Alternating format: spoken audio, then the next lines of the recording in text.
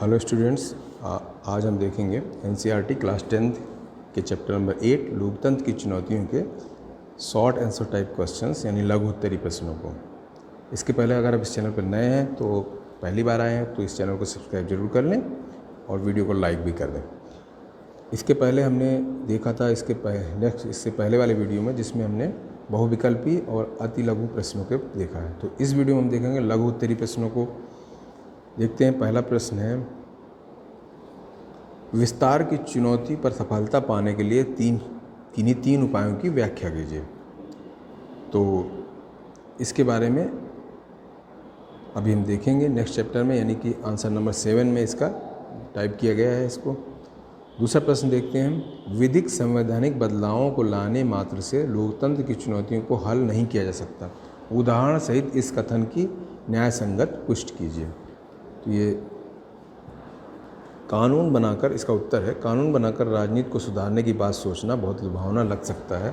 नए कानून सारी अवांछित चीज़ें खत्म कर देंगे, ये सोच लेना भले ही सुखद हो, लेकिन इस लालच पर लगाम लगाना ही बेहतर है। निश्चित रूप से सुधारों के मामले में कानून की एक महत्वपूर्ण भूमिका होती है। सावधानी से बनाए गए कानून गलत राजनीतिक आचरणों को हतोत्साहित और अच्छे कामकाज को प्रोत्साहित करेंगे, पर विधिक प्रावधान संवैधानिक बदलावों को ला देने भर से लोकतंत्र की चुनौतियों को हल नहीं किया जा सकता। उदाहरण स्वरूप, क्रिकेट एलबीडब्ल्यू के नियम में बदलाव से बल्लेबाजों द्वारा अपनाए जाने वाले बल्लेबाजी के नकारात्मक दांवपेच को कम किया जा सकता है, पर यह कोई भी नहीं सोच सकता कि सिर्फ नियमों में बदलाव भर कर देने से क्रिकेट खेल सुधर जाएगा, जो कि उचित नहीं है।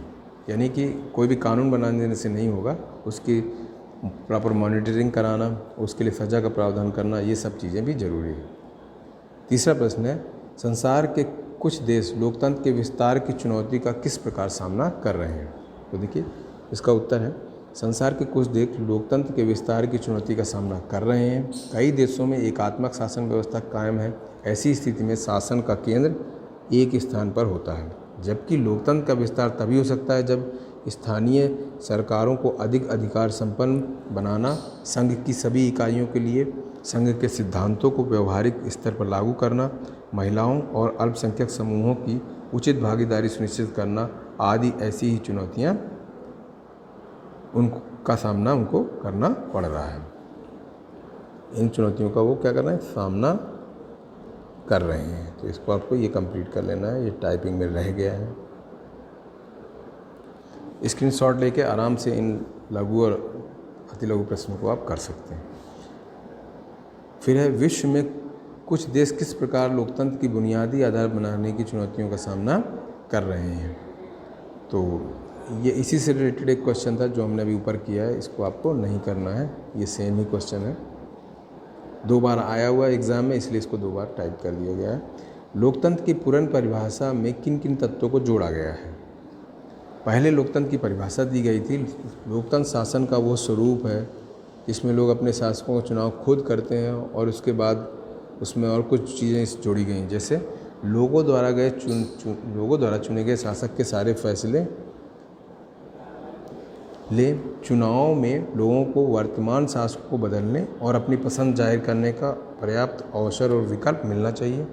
ये विकल्प, अवसर और हर किसी को बराबरी से उपलब्ध होने चाहिए। और तीसरा है, विकल्प चुनने के इस तरीके से ऐसी सरकार का गठन होना चाहिए जो संविधान के बुनियादी नियमों और नागरिकों के अधिकारों को मानते हुए काम करे। तो ये एक प्रश्न इसमें इम्पोर्टेंट है। इसके बाद देखते हैं, किस प्रकार के कानून राजनीति में सफल होते हैं। तो किस प्रकार के कानून राजनीति में सफल होते हैं, देखते हैं।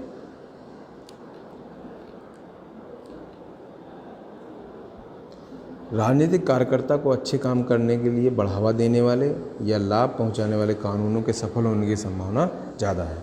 सबसे बढ़िया कानून वे हैं जो लोगों को लोकतांत्रिक सुधार करने की ताकत देते हैं। सूचना का अधिकार कानून लोगों को जानकार बनाने और लोकतंत्र के रखवाले के तौर पर सक्रिय करने का अच्छा उदाहरण है। ऐसा कानून भ्रष्टाचार पर अंकुश लगाता है और भ्रष्टाचार पर रोक लगाने और कठोर दंड लागू करने वाले मौजूदा कानूनों की मदद करता है। तो ये है छठा प्रश्न। अब देखते हैं 7वां प्रश्न।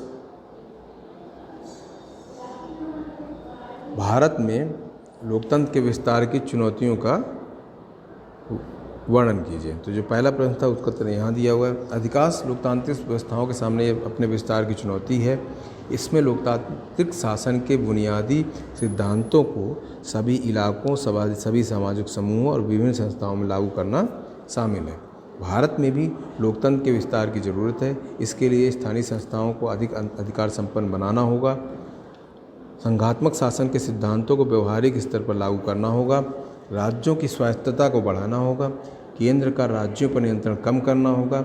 महिलाओं, अल्पसंख्यकों तथा अन्य समूहों की उचित भागीदारी सुनिश्चित करनी होगी। लोगों को जागरूक बनाना होगा, तभी लोकतंत्र का विस्तार हो सकेगा। तो ये प्रश्न था आपका 7वां, और ये है 8वां प्रश्न। लघु लोकतंत्र के लिए जरूरी पहलुओं का वर्णन कीजिए। ये बहुत ही इंपॉर्टेंट क्वेश्चन है।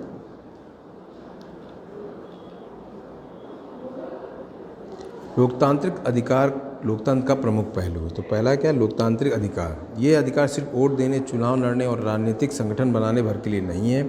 इसमें सामाजिक और आर्थिक अधिकारों को शामिल करते हैं, जिन्हें लोकतांत्रिक शासन को अपने नागरिकों को देना ही चाहिए। दूसरा पॉइंट है, सत्ता में हिस्सेदारी को लोकतंत्र की भावना के अनुरूप माना गया है। इस प्रकार सरकारों और सामाजिक समूहों के बीच सत्ता की साझेदारी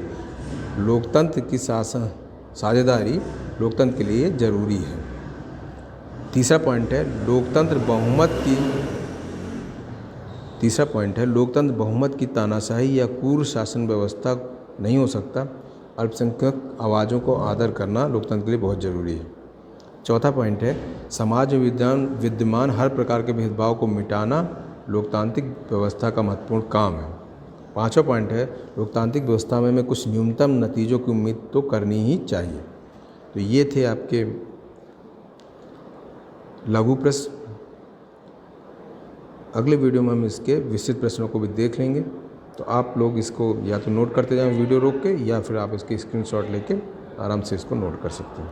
आज की वीडियो में इतना ही। वीडियो देखने के लिए आप सबको बहुत बहुत धन्यवाद।